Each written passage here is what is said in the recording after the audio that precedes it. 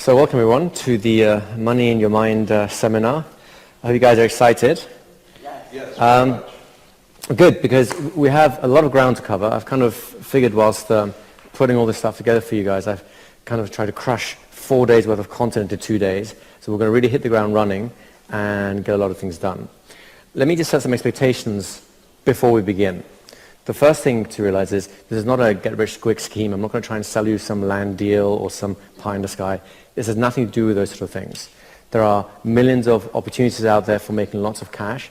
And what I want you to do is create the mindset, the ability inside your mind to see those opportunities rather than walk past them, to notice the fakes and spot them and know exactly why they're really bad deals, and you'll know exactly how to spot them by the time we finish here. And to be able to, there's kind of like an instinct inside some people. I've noticed that there are some very, very wealthy people I've had the good fortune to hang out with. They have an instinct for not just making money, but letting it continue to make money. So before we actually kind of dive into any of the content, and there's a whole bunch of promises I want to make you guys about what we'll be doing in this seminar. The first thing I want to do is, seeing as this kind of little fun thing, is let's get a little excited here. Who here wants to get wealthy? Anyone? Oh, sure.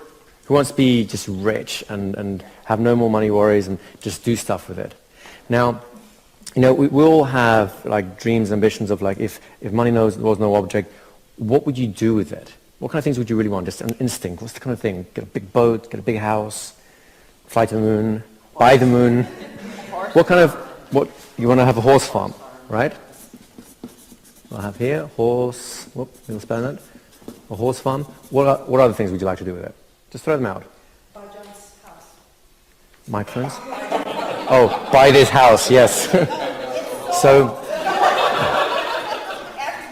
$1 million mansion, right? Or several $1 million, as the place that we're in here is worth 16. Exactly. Million plus, here we go. So, get a nice big house. With an airstrip and an airplane. Can we grab the mics, folks, and just pass them around? In keeping with my wife's horse farm, yeah. I would love to have, have it in the country with an airstrip and an airplane. Airstrip and plane. To be able to go where I wanted to go, and so far away that, that's the way to get in. Perfect. I like that. Does this, you guys getting a little more juice out of this whole thing? Yeah. What else would you want to do with it? Actually, I'd like to set up a microbank. A microbank. Okay, I like that. We'll put that over here. We'll talk about what microbanks are in a little bit. Go ahead. Yeah, similar kind of thing to be able to empower other people and help them. Very nice, right? Anything else?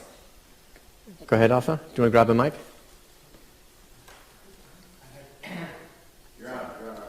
I'd like to be able to fund my aging research. Aging research, so fund research, right?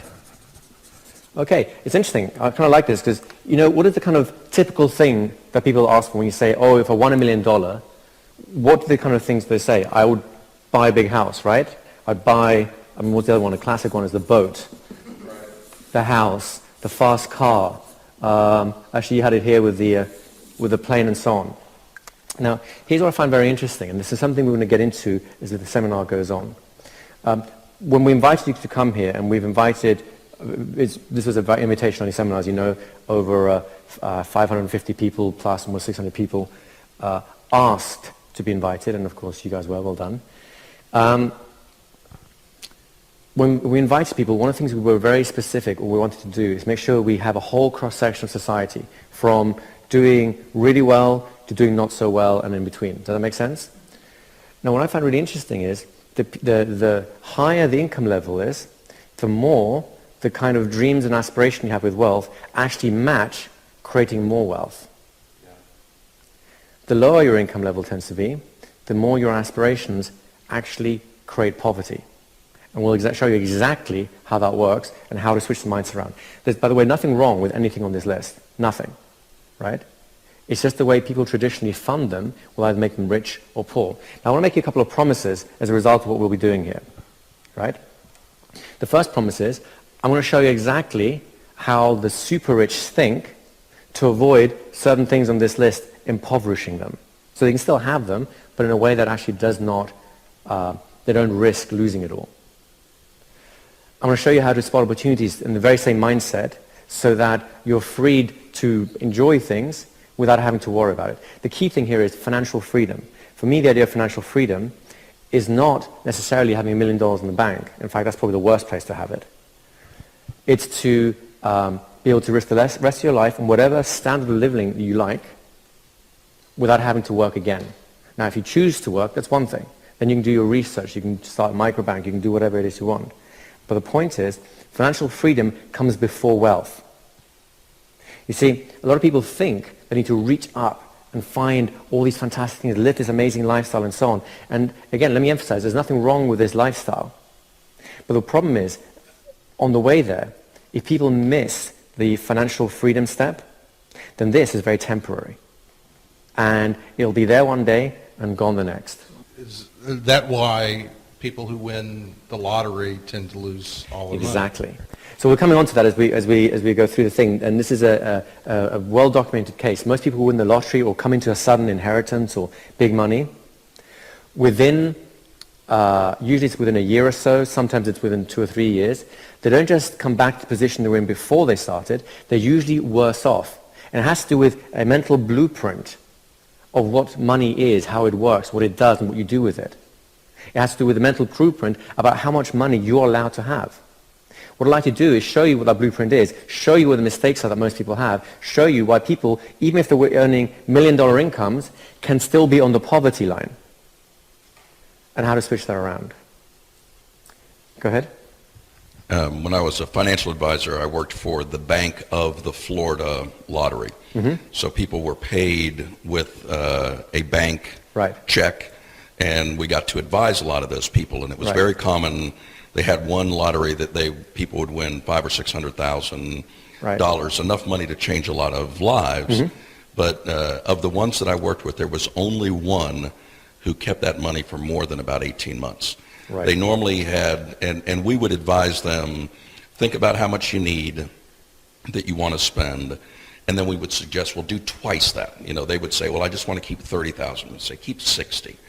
And then we would talk about investing the rest. But within literally months, they would have blown through all of the 60. They would be calling up, selling these theoretically life-changing long-term investments that they had. And usually within 12 to 18 months, it was all gone. And they've done studies that show people who win those types of lotteries, particularly the one-time payment lotteries, are worse off mentally because now they have the scar of having had all of that, and now that it's disappeared and they're looking back and thinking that they've blown it all. Now, we'll come on to that, and there's a lot of beliefs around money, about wealth, people who have money, good, bad, and indifferent. One of the key ideas I want you to have is that money does not make you good or bad. And we will explore exactly how that works as we investigate the mindset, the blueprints, and so on. What money does do is it throws fuel on whatever fire is already burning. If you're a good person, money will make you great.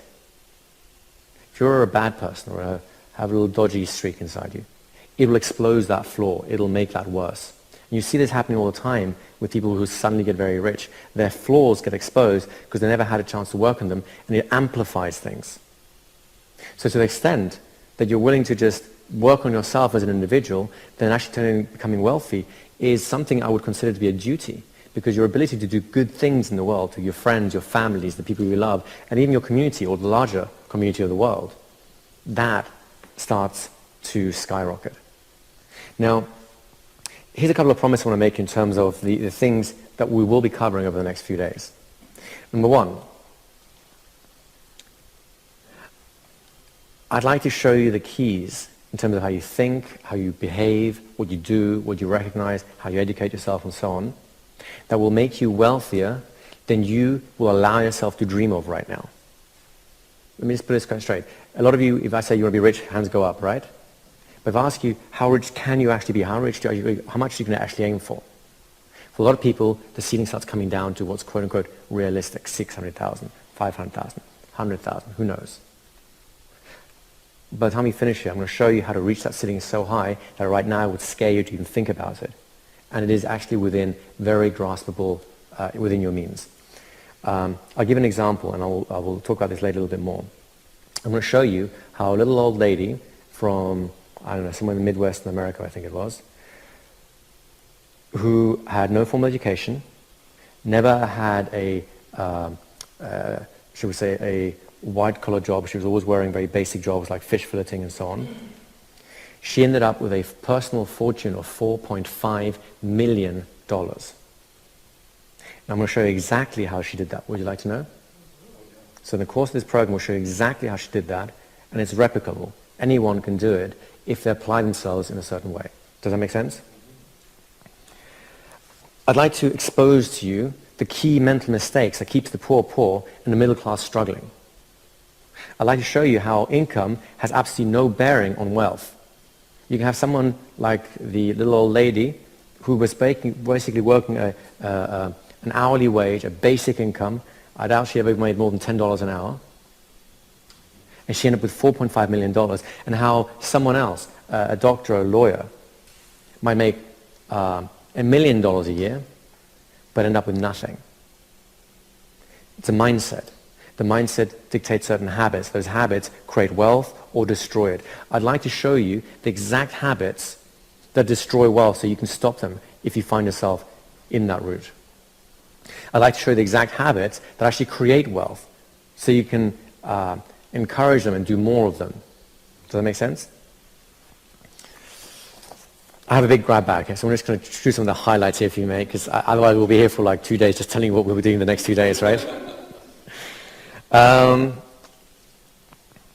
One of the keys here is the super rich look at the world with a different set of eyes. Let me give you an example, and we'll unfold this more as we go through.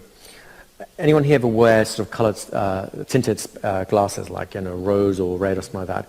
And you notice how the world changes. There are certain colors you can no longer distinguish. You have a pink piece of paper, a red piece of paper, a white piece of paper. If you're wearing red glasses, they all look the same, don't they?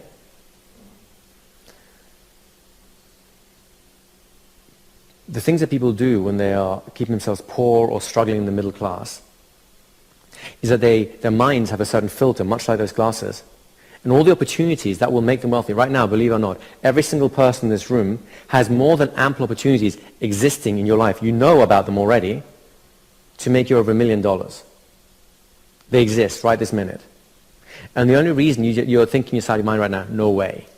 I know some of you are like, he doesn't know my life. There's no way I have it. If I had those opportunities, I'd take them right now. But the only reason you're not taking those opportunities is because you cannot see them. There's a filter in place. It will delete certain information because you don't even know to look for it. You're not sensitized to it. So I'm going to show you how to see the world through wealthy eyes, where you will see just an abundance, an overabundance of possibilities for making so much money you'll wake up every morning grinning from ear to ear, thanking God for just one more day. Let me see some other little things we have here ready for you.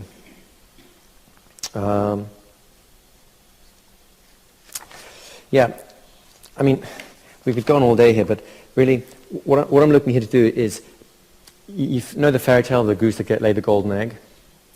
Now, one thing which we'll come on to very, very, very soon is most people come across at least a dozen of these geese in their lifetime. But you know what they do when they find these geese? They kill them, they have dinner, they go, that was nice. When am I ever going to make my fortune?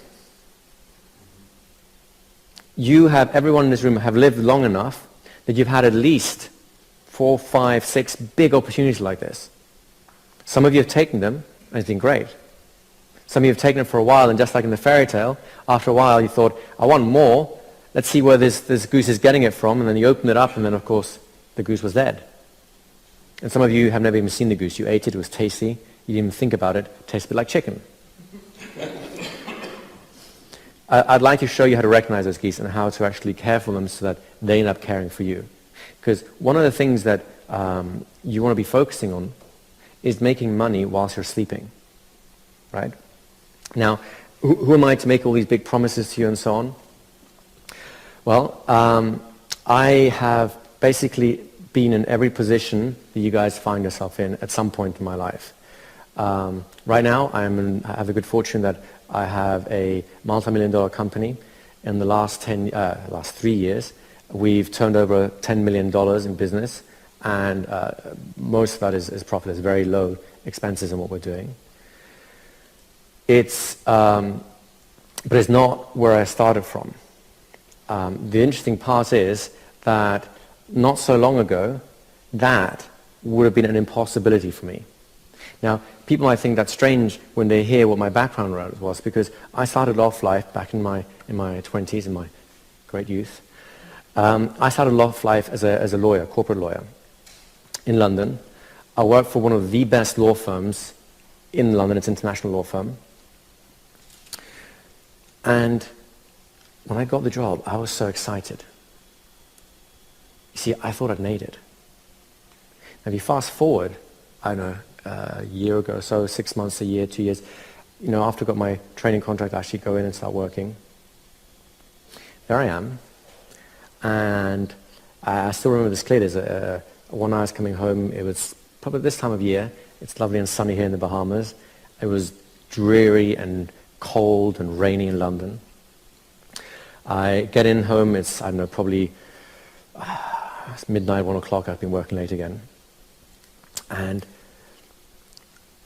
most of you would probably feel good when you get home. But for me, the closer I was getting home, the worse I was feeling. And when I open the door, it's very obvious why, because stacked up in the corner, I have all these bills. And some of them have these big, they're big red stamps, final demand. I don't know if you ever had one of those. People get very creative about writing nasty letters. I don't know how just a printed page can create so much fear, but I was dreading these things, because especially when I looked at my bank account, there was not so much in there, and it wouldn't match what these bills were demanding. I was in pretty bad shape. How would I get this position? I did everything I was told to do. I mean, when I was young, when I was at school, my teachers told me the same thing they probably told you, which is work hard, right? Apply yourself. Get a good education. Get a good job. You get paid well, then you'll make in life, and you'll be able to breeze through life, enjoy yourself, have all the good things that life has to offer, and then retire and enjoy retirement. Isn't that what everyone gets told? And I believed them. I worked hard. I did well in school. I went to a decent school, not the best. I went to university. I went to a very good university, not the best.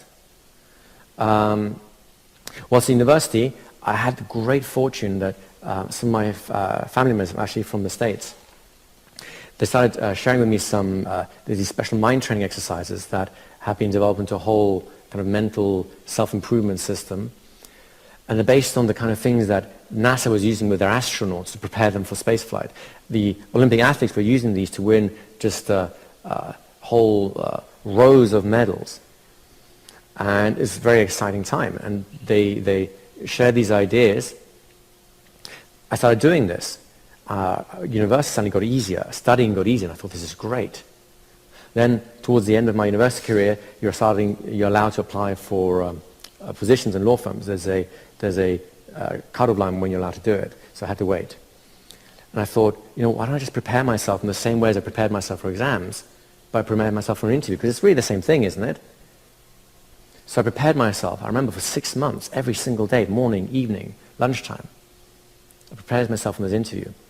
And it was a particular law firm that I had in my mind, because they'd come in, they'd give them, it's called the milk round, they come around, they give these presentations, and it was exciting. They were talking about cases that were in the news. They were talking about working with, multi-million and billion-dollar accounts. I think, this is it. If I'm gonna make it in life, there's no better place, is there?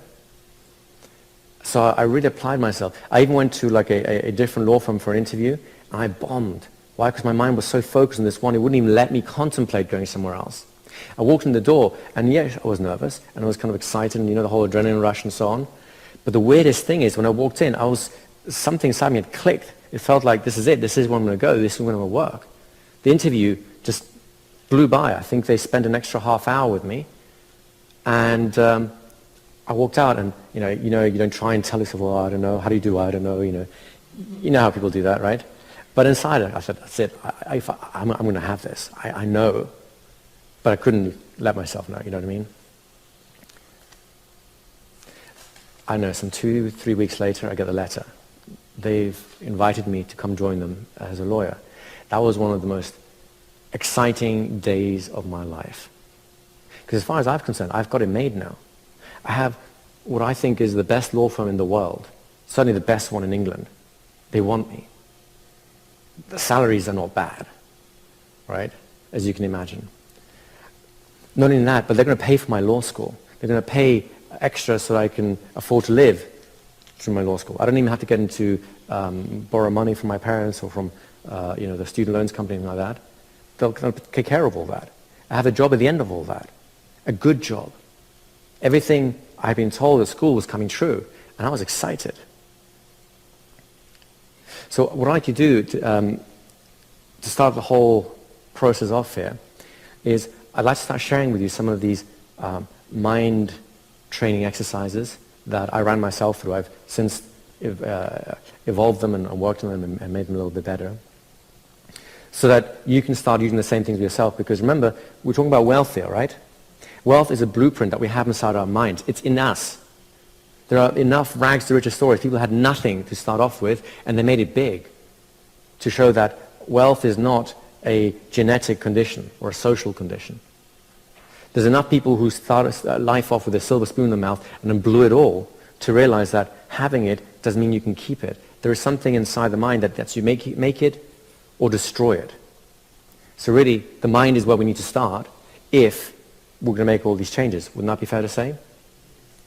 And the key to any mental development, whether it's you're an Olympic athlete, a NASA space pilot, a racing car driver, or anything else, the key to open the mind up is relaxation. There are other ways to do it, but they're harsher and they're not necessarily as useful. Relaxation is the most consistent and simple to do thing. So what I'd like to do now is start the whole process off with what I call a meme. A meme is simply a money expanding mind, money expanding mind exercise. And I kind of like this because it expands your mind while it expands your money too. To do this is very simple. We're going to actually get the body to remember how it is to be relaxed. Get the mind to remember what it's like to be relaxed. When you have a relaxed mind, you can focus it. When you have a relaxed and focused mind, you can begin to tap abilities inside you that will make you super rich, super successful in whatever endeavors you want to get into. Does this make sense? So the starting point is very simple. We're going to just go through a little process that's going to guide you into a place which you can find anytime again. Does anyone here ever get stressed, by the way? Right? Do you like being stressed? So what you're about to learn is going to eliminate that forever. And in fact, I actually used this very exercise myself once when I was this close to getting fired as a lawyer because I made a big boo-boo. And because of the exercises that are going to come off as a result of this, I managed to resolve it in a way that actually the law firm came out ahead rather than behind. So then I went from being like the worst, to the best. It was a very strange 2 weeks of my life. Now, what we have here is you may hear this sound. It's an unusual sound. The sound has been kind of researched quite extensively. What it does is it allows, your brain works in different gears, shall we say, right? You know how when you go uphill, you don't necessarily want to be in the fifth gear, do you? Unless you have a lot of momentum going through you. So your brain works in similar gears. Some gears are ideal for certain kind of tasks, others are ideal for other kinds of tasks. For the kind of mental exercise we're talking here, which require relaxation and intense focus, this sound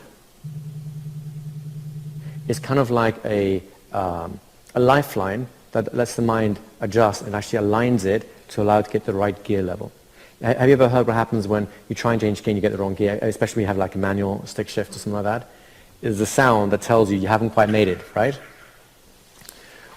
But then when it clicks in and just falls right into the right gear, there's a satisfying click. It just goes in the right place. Everything aligns and the car does what it's supposed to do. So this sound does, it helps your mind get there. It won't guarantee it, but then the mental exercise we're going to do will get you there too. So all this does is kind of augments, enhances, and makes it easier to do the mental exercises. Does that make sense? Go ahead. Cycles per second, is that? This one's 10 cycles per second. Okay?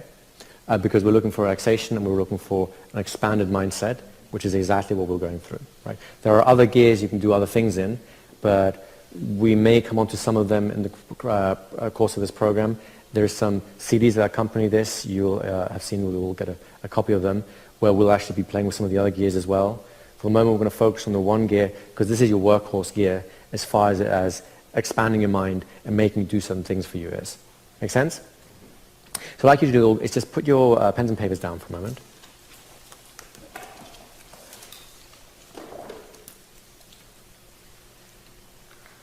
So make yourself comfortable. You'll probably find that it's most comfortable when your legs and feet are uncrossed. Whatever works for you.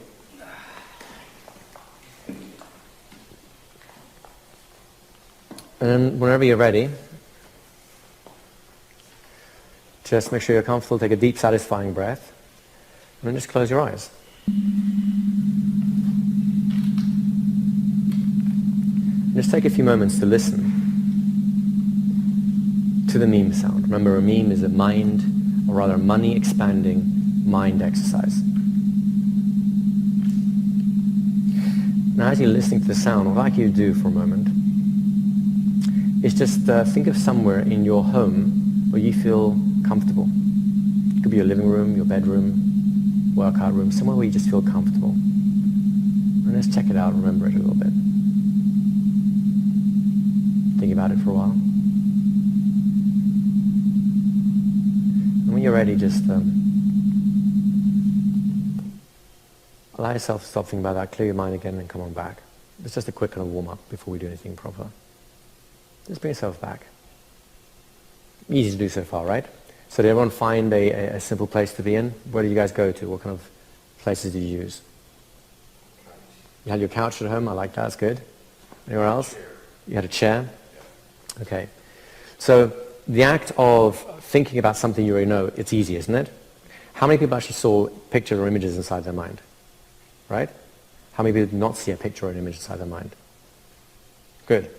The reason I'm saying this is because some people think, oh, what if I can't see pictures and so on? It doesn't matter. Think about the environment that we're going to be describing in the same way as you thought about that special room we just talked about. And that's all you need to do, right? The key here isn't how clearly you can see something, although it does help. That'll come with time.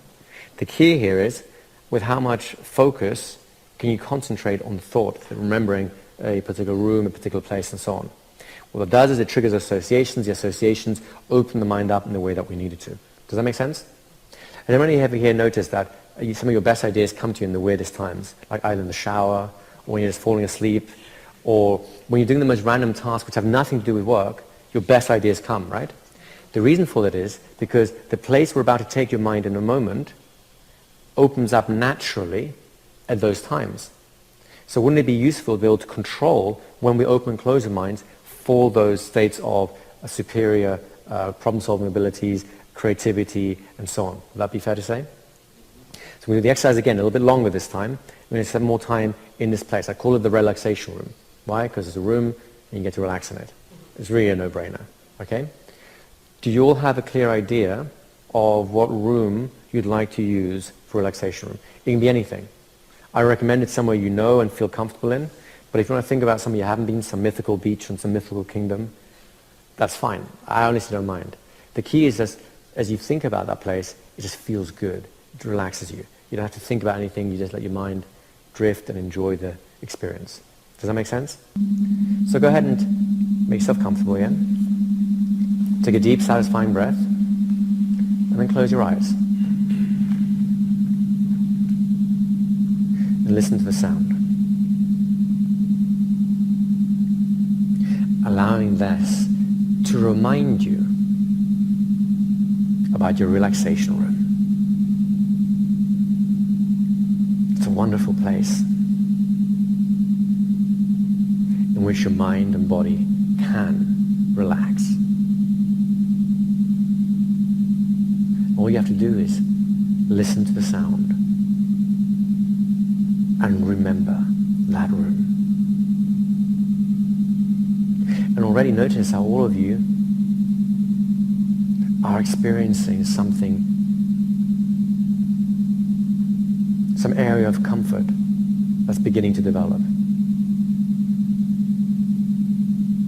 Notice how your breathing shifts. Allow yourself to breathe in and breathe out. And relax. In this room, you can leave everything else outside, all thoughts, all concerns. All you need to do here is breathe in, breathe out, and relax. The sound you're hearing will help maintain this. It's like a constant thread, an anchor that holds a ship in place. Breathe in, breathe out, and relax.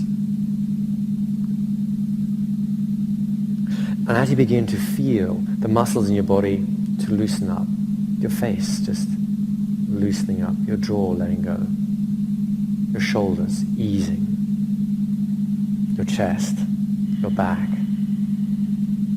maybe a good feeling develops in your stomach area. Arms and hands just relaxing. Hips, legs, feet. Breathe in, breathe out, and relax.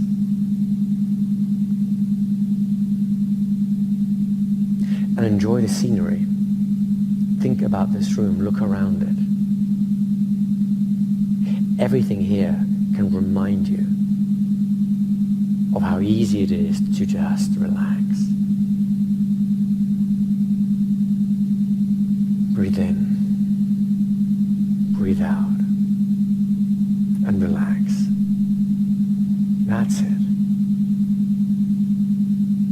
And as you're feeling more relaxed now, I'd like you to think about, consider, imagine, if you would, picking up a simple notepad. It's just right next to you. And drawing the number 1 on that notepad, a large number 1.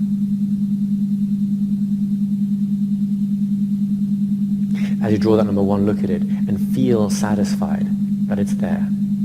That number can be associated with relaxation for you. And any time in the future that you need to relax, all you have to do is think about that notepad, write down that number 1, feel the satisfaction of writing it, and you will relax. Breathe in, breathe out, and relax. And enjoy your relaxation room. Breathe in, breathe out, and relax. Each time you come back to your relaxation room, it's easier to get in, quicker to relax, easier to carry that relaxation into the rest of your day. The more you practice coming to your relaxation room, the more relaxed you become as a person. Which means things that used to stress you just don't. And because this particular meme, this money expanding mind exercise, it doesn't just teach you how to relax, but allows you to open your mind. You'll find solutions to problems you never even thought about before. So breathe in, breathe out, and relax.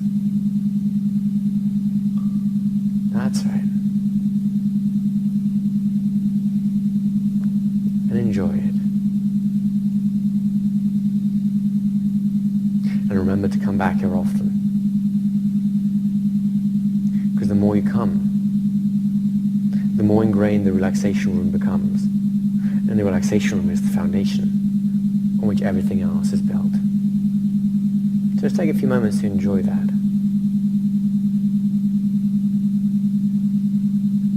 Even your perception of time can change here.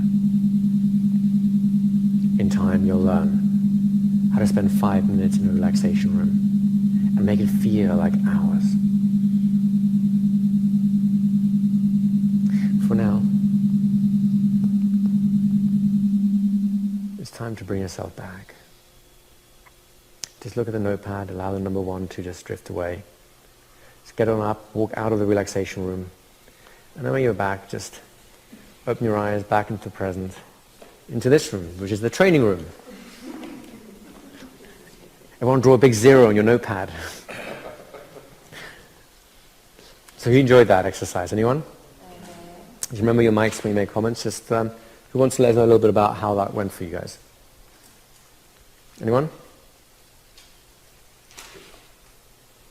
Everyone's like, no, I'm too relaxed. You talk. Let someone else do the talking. Go ahead.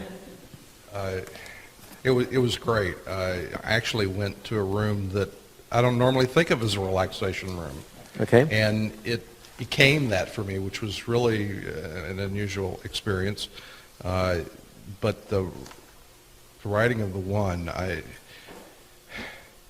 was something more than what I expected that was unusual.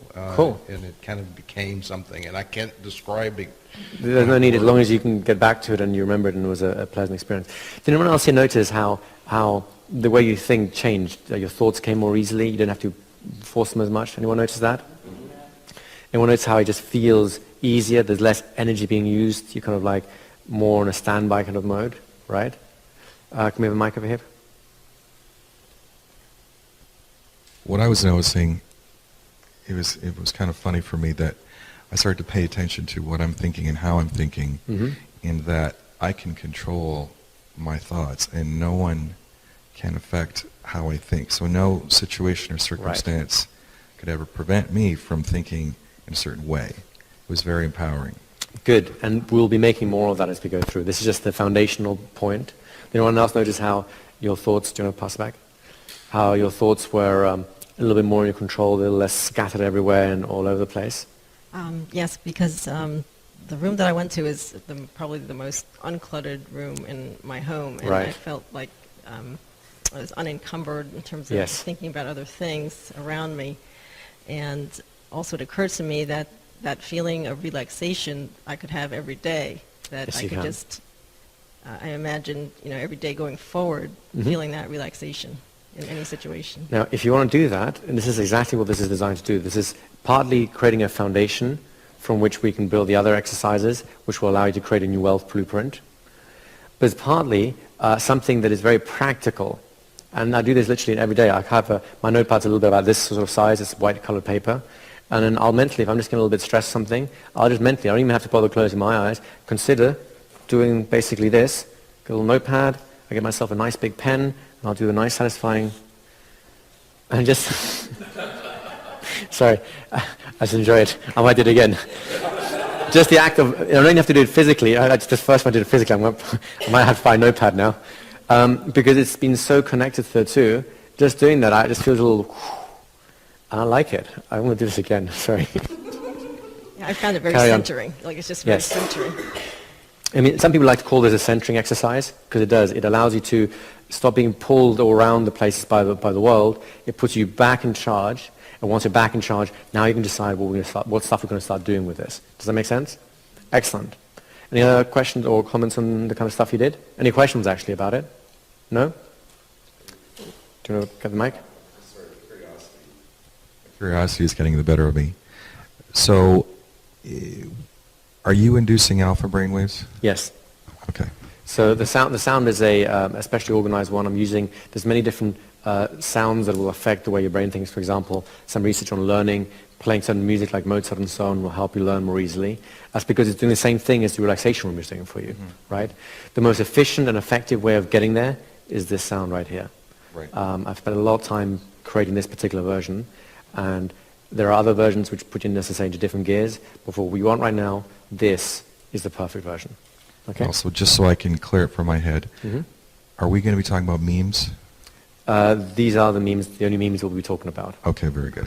Okay? Now I can stop thinking about it. You're very welcome.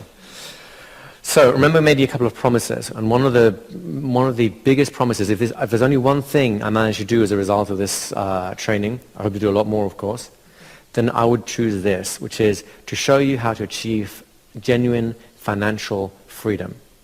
Now, the first thing to realize about financial freedom is I didn't say how to be rich. I'd like to show you how to do that too.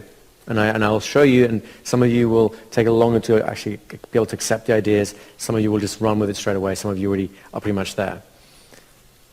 Financial freedom is different from being rich. Financial freedom means you never have to work another day in your life again. This is very important because there's a famous book that was written by Napoleon Hill. You may have heard of it, Think and Grow Rich. If you haven't read it yet, read it. It's fantastic. The problem with the book is, and the premise is, this is a guy back in the 1930s or something like that, 20s even, yeah. He was a reporter, got to know Dale Carnegie. Dale basically said, I like what you're doing. I'm going to let you into, I'm going to introduce you to my 100 wealthiest, super rich friends.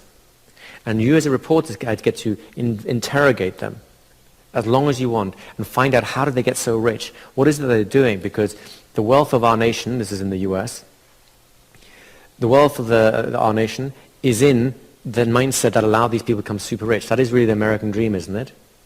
And of course, that's kind of become a bit of a fraud when people think they have to work hard and get an education and end up being in huge debt and all kinds of stuff. So he went and interviewed all these people, and he found out there are certain mindsets that make you very rich. But there's a problem with that. He never found out about how to be financially free. So he became very wealthy in his time. And then, in his old age, Napoleon Hill almost died broke, almost died a pauper. The only reason he didn't is because an entrepreneur who knew how to be financially free first and rich second ended up hiring him and to do like his sales training for his organization and so on. So he ended up having a decent salary, not rich by any means, but he wasn't poorly off either. I'd like for you to avoid that mistake. There are many seminars out there that will teach you how to be rich, whether it's in real estate investing or in stock exchange and whatever. Some of them are scams, admittedly. Some of them are fantastic opportunities. But I suggest that, or I would recommend you think about all of those things as being worthless unless you're financially free first. Because all that you're doing otherwise is risking bigger. Does that make sense? Now, poverty, in whatever way it comes, whether it's a middle-class struggle but kind of making ends meet, or genuine poverty where you don't have enough, does anyone here think that it's a genetic disease? You're just born with the right genes to make money or not? Would it be fair to say that that's just not even how we think, right? Some people like to call it a social disease. What's his name? Muhammad Yunus. He's the man who invented microfinancing, microbanking, which is, he's an interesting chap. He was an economist lecturer in India. He took his students out in the field, saw all these women doing these fantastic handicraft works, but they were barely subsisting, and he didn't get it because they were selling them at decent prices. Turns out, of course, they couldn't buy the raw materials except for really at bad rates because they had no money, so they were given the raw materials, but then they had to basically pay most of what they made back, and they kept pennies for themselves. They couldn't get out of the poverty spiral. So in places like India at the time, poverty was a social disease. It wasn't that they weren't willing to work. It wasn't that they were short of ideas. It's that they literally did not get that basic break. Outside of a genuine third world country, that social disease of poverty does not exist. There are more than enough breaks in Europe, in North America, even most of South America, more than enough that people can be rich and super rich if they apply the right principles and strategies. As far as I'm concerned, poverty is first and foremost a disease of the mind. It's a virus, which makes it worse, because you weren't born with this disease. You were infected by it. You were infected by it by the very teachers that told you, work hard, get a good education, get a good job, and then you'll be rich. But think about the insanity. Would you ask someone who has never done a plumbing job in his life, in fact, never even used plumbing, how to plumb your house? Would you ask them for advice on that? No? How about someone who lives in the jungle, just has no concept of what electricity even is, would you say, can you wire up my house for me? Would you have him be electrician, play electrician for you? Now, I have absolutely, I'll admit this to you right now, I have zero medical training. Would you like me to give you a life-saving heart surgery or something like that? Anyone? So why on earth are we asking people who have no idea of how to be rich, how to be financially free, how to do it? Were the teachers in your school financially free or rich? No. Were the people that give you advice on how to make it in life, how to be financially free or rich, were they financially free or rich? So what on earth are we doing listening to these people on how to do it? I've had a number of people tell me, oh, you can't do this, you can't market in this way, and this is not good, or this will never work. I said, okay, I'll listen, and they have very reasoned arguments. The problem is, it has no bearing on reality, right? It's an unknown little universe. So we've been infected by other people's thoughts and ideas about what wealth is, how it works, and how to get it. Does this make sense? It is a disease of the mind. Carry on. It seems to me you're talking about it being a disease of the mind, and I'm immediately thinking of all of the things I see on TV. And all of what is there is spend money, get in debt, use the credit card, there you go, charge it up, every dime you have gone. And you were talking about being in that situation. I was. Bills, I lived the dream, baby. Only it was more of a nightmare than a dream. And I'll tell you more of my story as we go on, because it is exactly these things we have media. Did you know, up until, I retrained as a therapist after as a lawyer, I'll tell you about it a little later on. Did you know that up until the 1980s, at least in the UK, I'm pretty sure the same is true in America, the cases of anorexia in teenage boys were virtually unheard of. It wasn't in the medical histories. In the mid-1980s, they started popping up. By the mid-1990s, they were frequent enough. They weren't necessarily as frequent as anorexia in teenage girls, but it was pretty frequent. Now, do you know what's happened in the 1980s? The only thing that changed. In the 1980s, people started launching magazines aimed at a teenage audience. For the first time, boys saw role models that they tried to be like. And whatever they were was not going to be good enough. Their self-image, their self-esteem was being attacked. And so they end up having the same self-esteem issues that girls do. And the same diseases come as a result of it, in this case anorexia. So who here is serious about becoming wealthy? I mean seriously rich and financially free? Yes? The first piece of advice I would give you is, number one, switch off the media. Just don't even look at it anymore. And if you can't do that, then have a big BS written right across your TV whenever you see something. It's fantasy, right? Even the news is a fantasy because the other stuff doesn't sell. There is a concept. My grandfather was a very wealthy man. He came from what's called old money. His parents were very wealthy and so on and so on. It's a whole long European tradition of money. The problem is, he passed away when I was very, very young. My mother married very young. She was she was 18, and she was the oldest of all the children. So by the time I was about 4 years old, 5 years old, 4 or 5 years old, my grandfather passed away. All his children, except for my mother, were still in their teens. Here's what happened. Within a year, maybe two, they went from being one of the richest families in Spain to having almost nothing. Now, that's very hard to watch my family go through that. Even as a little kid, there were things that are happening at the time that, were interesting, to say the least. And one of the reasons for it is because think about where did the rest of the family get their ideas about wealth from? Not from their father, he'd passed away. It was from a media that's giving you fake images, fake ideas. And there's a fundamental principle of how the rich think versus how the poor think, which will totally switch things around for you. There's a concept called new money, which is people who come into money suddenly, whether they work hard, they're sports stars, music stars, they start their own business and so on.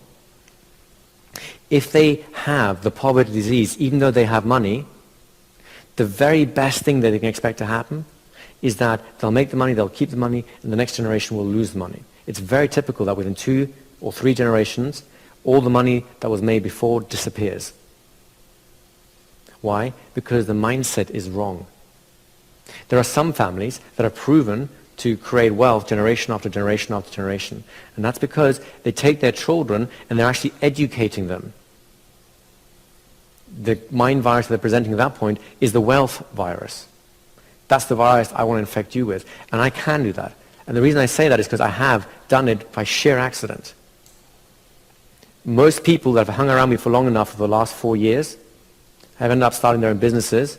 And the ones that have done it in at least 2 years ago, in other words, have had some time to build up, are doing very well with it now. So I'm kind of like a wealth magnet. Yeah, you hang out with me. Now, I say this only because I see the world very differently. 2 days ago, before I came here, I was on the main island in Nassau. There's a hot dog stand I like to go to because the guy's just really friendly, a happy, decent chap. So whenever I've been working a little bit too much and I just need to take a mental break, I'll just go there, grab a hot dog, have a chat. It's very Bahamian, relaxed, you know. It's kind of cool. I had a chat to him before coming here because this was on my mind. I'm doing this seminar, so I had a little chat about it. His eyes almost fell out of his head. Within just an hour of talking to him, his whole idea of how to run a hot dog stand was turned on its head. He now has a plan. He was up until 2, 3 a.m. the next night. I saw him on the Saturday before I came here. He was up until 2 or 3 a.m. thinking about all the things we talked about and how he can double his local population. The Rastafarians won't eat meat, so he's now got a way of getting them in. The cruise ships, getting the cruise line. He's got all these ideas and things coming through. Why? Because I infected him with the wealth virus. Now, I'm not saying like, oh, look at me, look how great I am. It's him. He did it. Hopefully he'll maintain it because there was only like an hour exchange that we had here. But provided you start seeing the world a little differently, it will happen to you. You will get to the point where you're so excited, you won't want to sleep at night sometimes. You'll sleep less. You wake up earlier in the mornings because there's just so many things you want to get on with. Versus how I felt as a lawyer where getting up in the morning was the hardest thing in the world.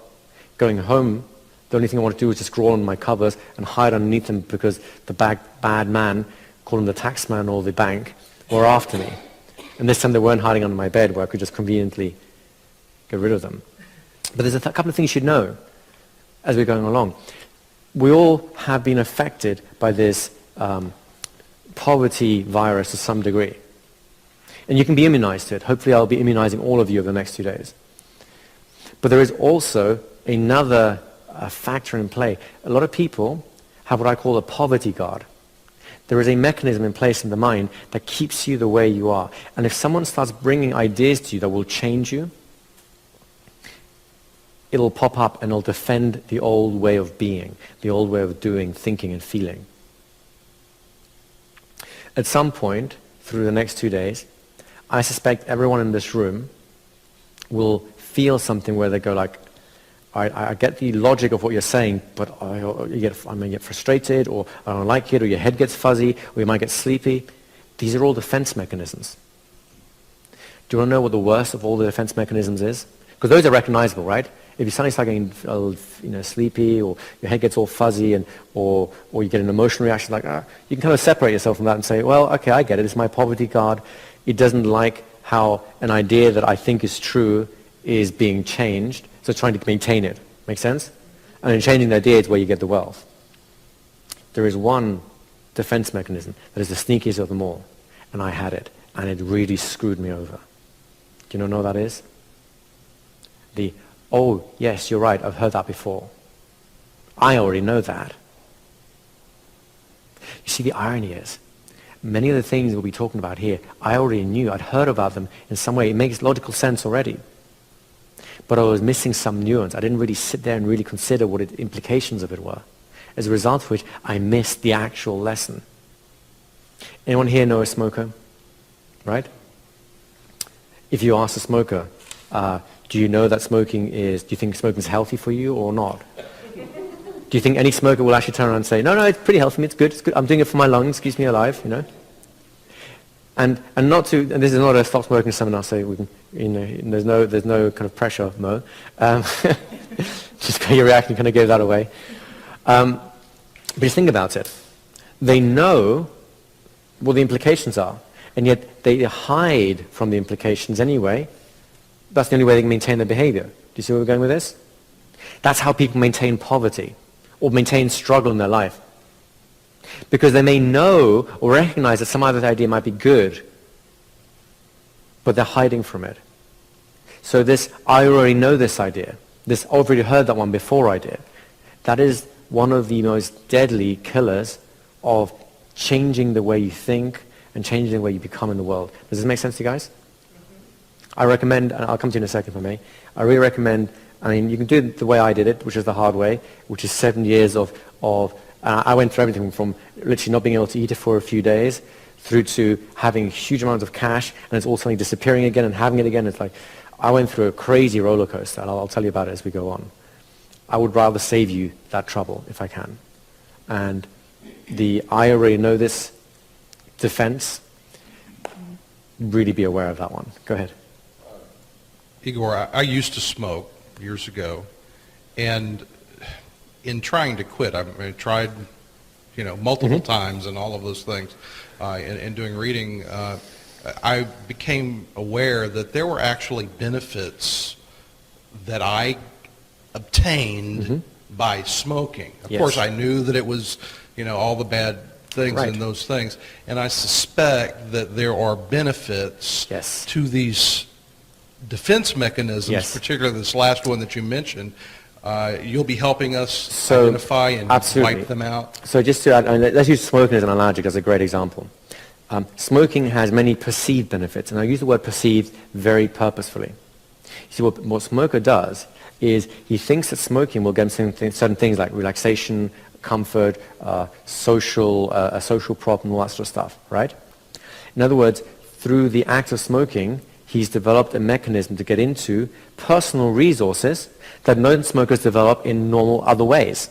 So what they've really done is they've blocked themselves off from a normal developmental route, and that's why they feel like smoking is going to be difficult to give up. It's giving up an old friend and so on, because they think all those good things can only be had through smoking. Does that kind of make sense, the moment?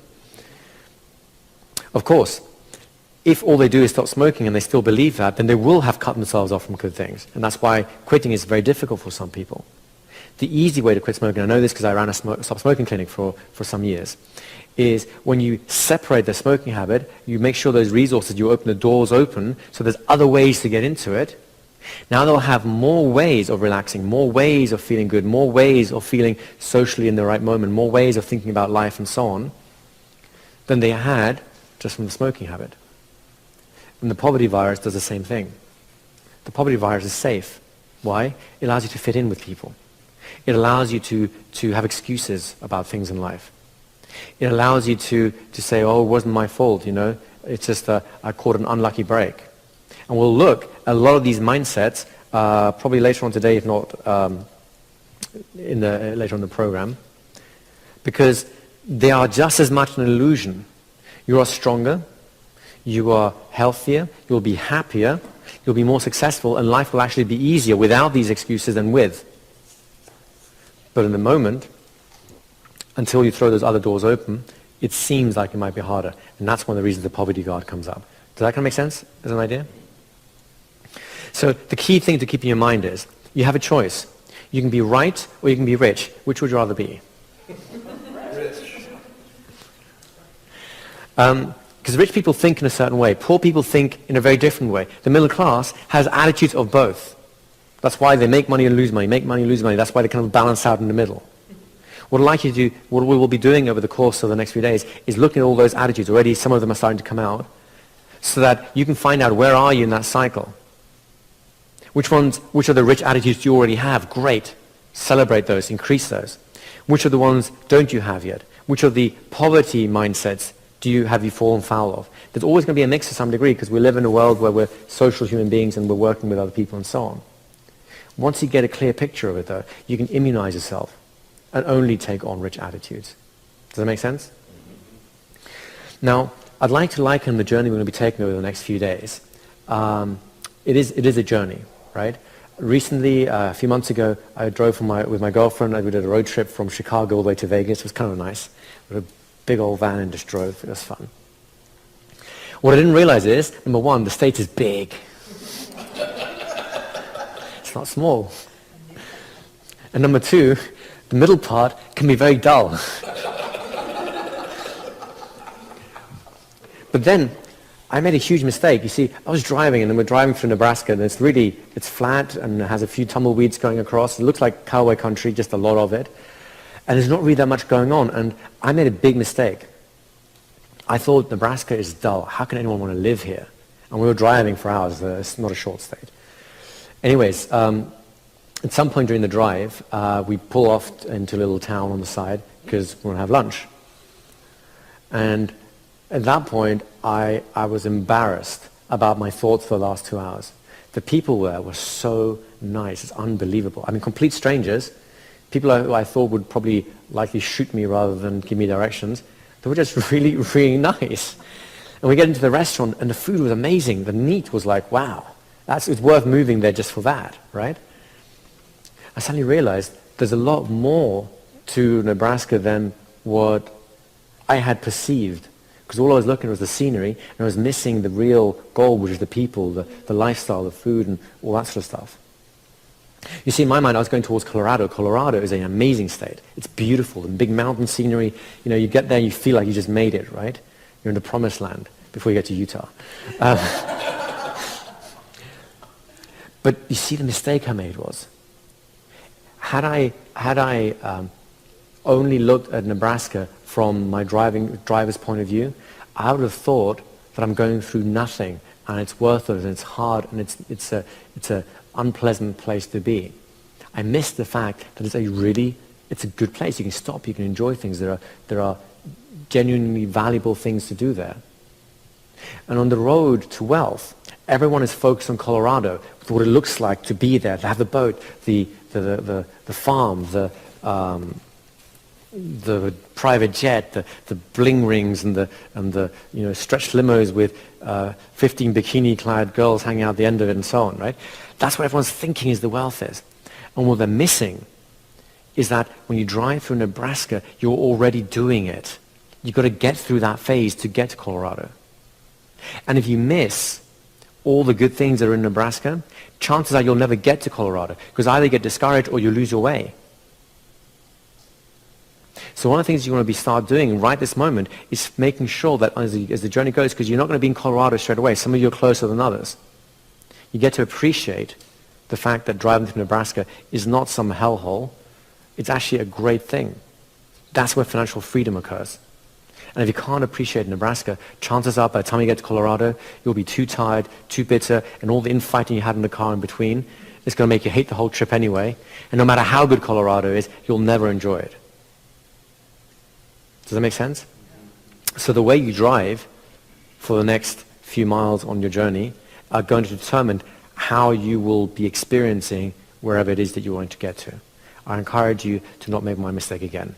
Nebraska is a wonderful state. If you're from there, I love it. They don't call them the Cornhuskers for nothing. The what? So they don't call them the Cornhuskers for nothing. Corn huskers. There's a lot of corn, that's true. Another thing is to do with perceptions in general. So this is the journey that we're on. And a lot of perceptions, a lot of things that we think we're doing actually works in the opposite way. Everyone recognizes what this symbol here means, right? And if I do this, you know that I'm what I mean there. So if you ask me a question and said, hey, if I ask you guys, are you enjoying the seminar, you're doing all this, and I'm going like, oh, I made a mistake, right? Unless I'm in Bulgaria. In Bulgaria, the symbols are reversed. This means no, and this means yes. It's really confusing. It really is. Yeah, don't you disagree with me? So the same is true of how wealth works. Imagine that you were playing basketball. Imagine you're playing basketball, but on a football field, and everyone around you is playing football. You think you're playing basketball, everyone else is playing football. What's likely to happen to you? Are you going to win a lot of points? Are you going to land on your backside a few times? Are you going to get winded and wonder what the hell's going on here? Right? Most people play the game of wealth by the wrong rules. So they think that everyone else around them must be cheating. They're not cheating. They're playing the game of wealth by the right rules. It looks cheating according to the rules that you're playing by.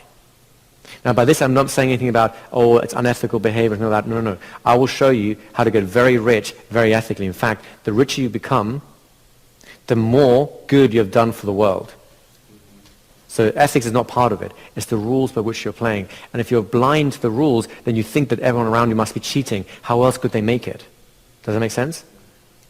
It's because you're looking for the wrong signals. Your perceptions need to switch. You need to learn the right rules, and suddenly it all makes sense. And when it all makes sense, well, then it becomes easy. Now, just because I explained to you the rules of football, and you suddenly go, oh man, now I get it. That's why I got being dumped here and there, and why this hurts and this is broken, and then I wasn't getting any points, right? Just because you know those rules, does that mean you'll be an instant football star? No, you'd have to practice now, don't you? I can give you the rules. I can't give you the practice. I can give you show you the experience and the tactics, but you'll have to actually experience it on the field and do it. Does that make sense? So we're going to switch your perceptions around, but it's up to you to maintain that switch and continue with it and play the game of wealth by the right rules. Make sense? Please carry on. I have, I guess, begun this journey and have done some things to help in that path, such as get a corporation, get an LP, utilize the tax rules in the United States that are appropriate for that, and I'm able to, really take a lot of deductions that I was never able to take before. Right. But my congregation can't understand that. In fact, if I talk to them about it, they think I'm doing something unethical and dodgy. wrong, because that's not how they play the rules. Right. Yet I'm following all the legal laws. Absolutely. And I mean, taxation is a great example because the tax rules will change every year, right? Some things you couldn't do one year, you can do the next, and vice versa. If they want to change the rules, that's fine. You're playing by their rules. It's not like you're choosing the rules, right? But then, let's put it this way. If we make an agreement and I stand up to my end of the bargain, does that mean you can change the rules at the end of it? No, I have to stand up to my end of the bargain. So we make a social contract in whatever country we live in. Taxation is part of the social contract. We will provide funds. You can do all these wonderful things. Usually waste them, but hopefully some of the wonderful things happen anyways. That is a contract. It is a social contract. You stood up to your end of the bargain, which is I have provided what I said I would provide. Now you did up to you to provide what you wouldn't provide. Of course, and the politicians don't end up giving you what they said they would, but that's another entire story. So yes, and that's the smallest version. Creating a streamlined tax structure and so on. I encourage everyone to play the game by the appropriate rules, right? We're not talking about any dodgy tax evasions. We're not talking about hiding money under your bed somewhere so the taxman can't get it. Everything is going to be above board. If nothing else, you'll sleep a lot better. And let's face it, there's more than ample opportunities to get very wealthy playing by the correct rules. You don't have to cheat anyone of anything. So yeah, I agree with you. But most people don't see that because they get, how do most people do? They have a day-to-day job, right? Their taxes are automatically deducted from their pay package. They get no say in that, right? So expenses that it costs you to work, it does, doesn't it? You have to buy suits, you've got to get fuel, you've got to travel there, you've got to do all these things, right? For a business, there's a business expenses which can be deducted. For a person who's employed, you can't deduct those things, which I think is personally unfair because you're spending just as much as a multi-million-dollar business or a little mom-and-pop shop business. They have expenses and they get to be allowed to run their business by deducting those things. Personally, I think that employees should be allowed to deduct their expenses too, but that's kind of not the way the current system works. So you have to play by the rules, right? The rules are there. In some ways they're unfair, some ways they're very fair. You still have to play by it. And this actually takes me to a very important point before we finish this section here. This is just the general groundwork, which is there's one really important principle to keep in your mind no matter what happens, right? Get the idea that life is fair out of your mind right now. Life is not fair. Life will never be fair. No one will make you rich other than you. And if you're waiting for life to be fair before it'll happen, well then you may as well start lining up in the poverty line because that's the best I think you can expect. Life is not fair. Nor do I believe it should be. I'd like to give an example very quickly, if I may. We'll use these things. If you're here with a couple, I'd like you to please swap seats for a moment, so you're not sitting next to your partner. It'll be emotionally less intimidating as a result. So just swap seats a minute with someone.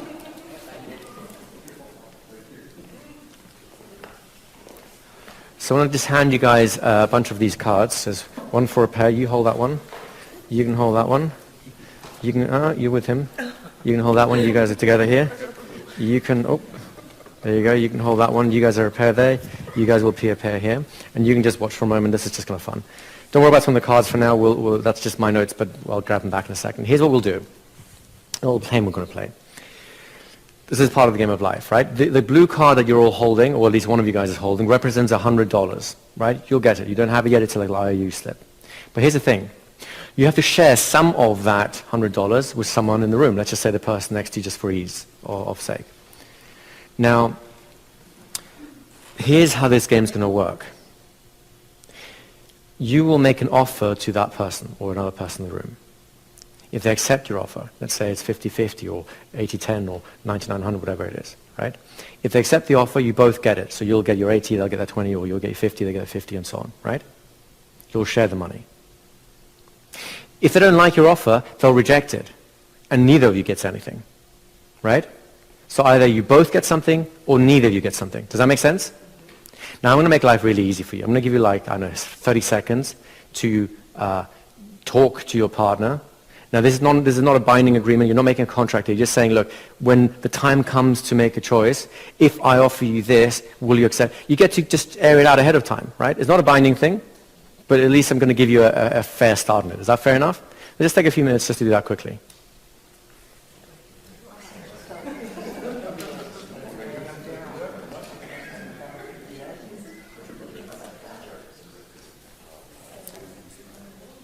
So just thrash it out quickly, folks. It shouldn't take too long. You guys all done? All right, you guys ready? You guys ready? You guys ready? Are you guys ready? They're still haggling in the corner here. They're still bartering. Okay, good. So did you all kind of have it's not an agreement because we're not bound by it, but you'll at least know that if you offer something, you'll know what the response will be, right? Let me just ask you, what was the kind of agreement you had here? Well, we didn't actually get to an agreement, but I Okay. just asked her if I was to keep more than 50%, would she just automatically reject? And what did she say? She said it depended on. It depended on. Okay, it depends. Sure. Carry on. 50-50. That's fair, right? 50-50. 60-40. Okay, that's relatively fair. Icon. Oh, she feels left out now. 50-50. All right.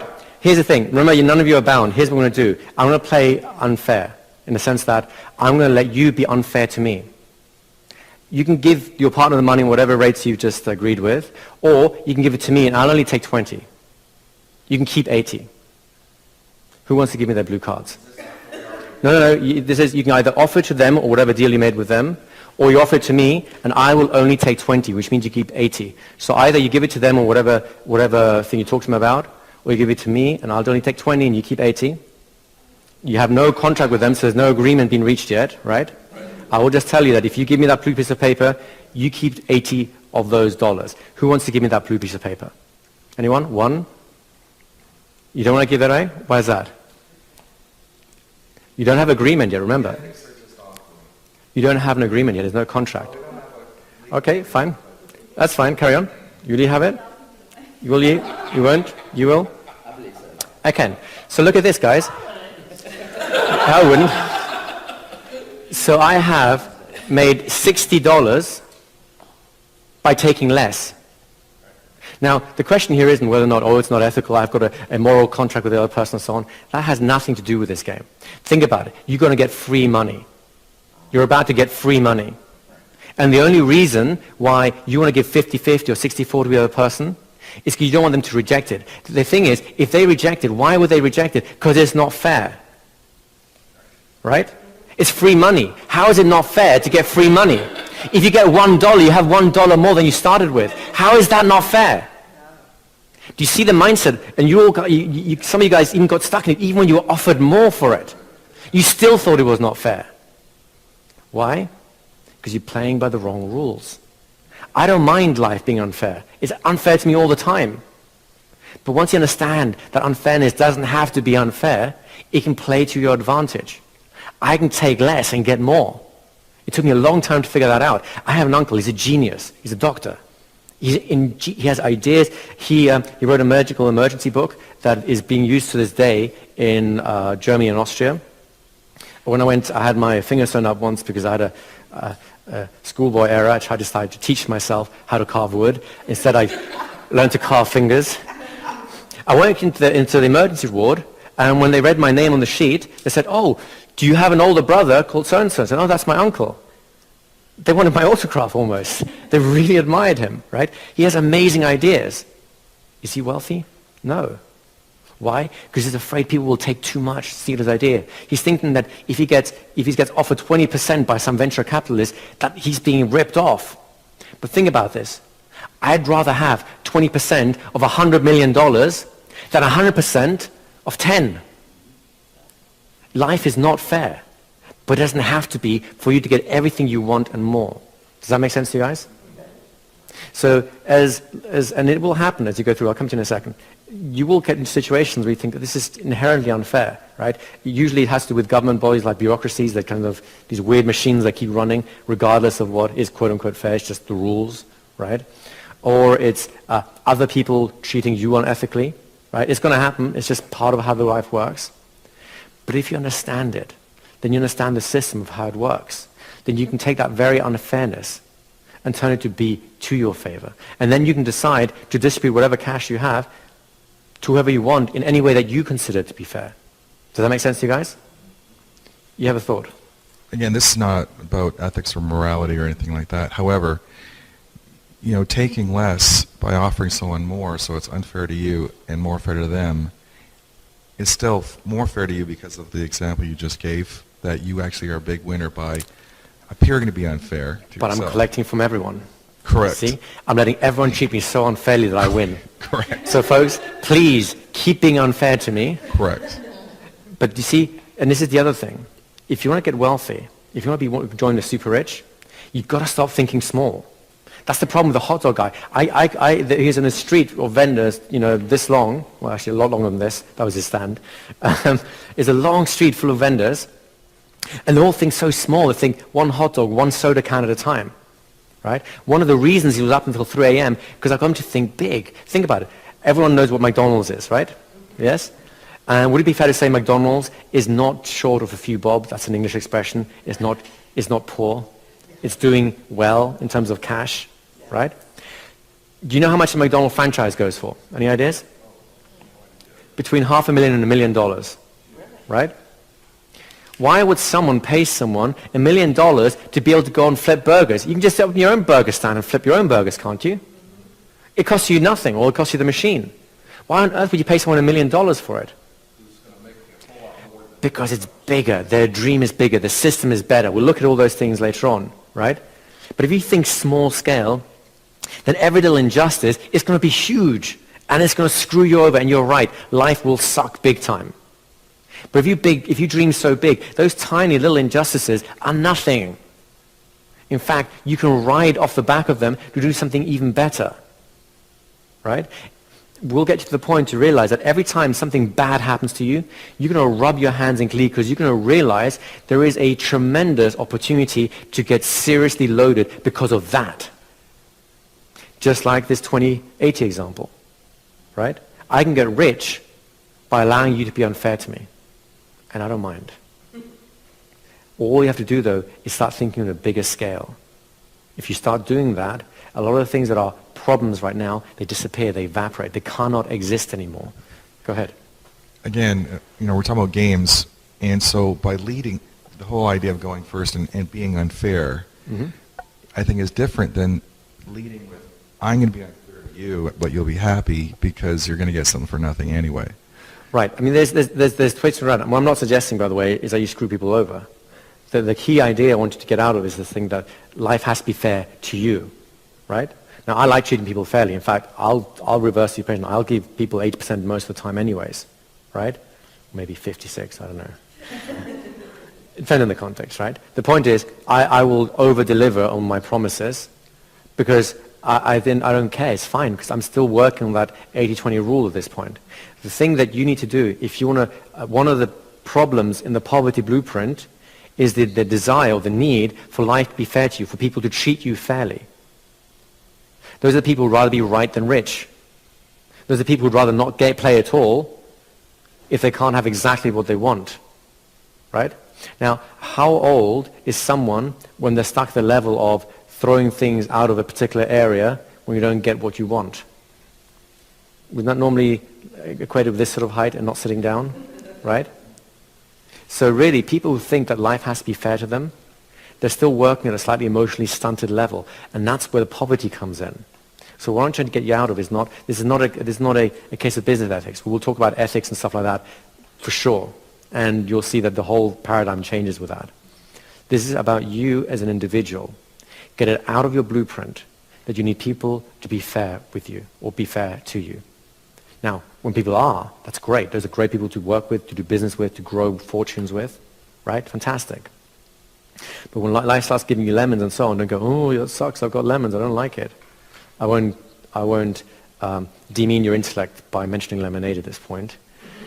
But it is something that we must get our minds out of if we want to get our minds into a place where we can make serious amounts of income, serious amounts of wealth. Does that make sense? Any other questions coming down? And I appreciate that because this is a kind of a fundamental part of going through. And can you see, by the way, how someone might very easily think, oh, I'm encouraging you to be unethical at this point, and hence little poverty blueprint comes up, oh no, we're going to defend this one. I'm not telling you to be unethical. I'm not telling you to screw anyone else over. I'm not even telling you to give people less and make them happy about it anyways. No. What I'm saying is, if life treats you unfairly, don't let that stop you. Because that's what most people do. There's a great story. It's written by one of the great German authors.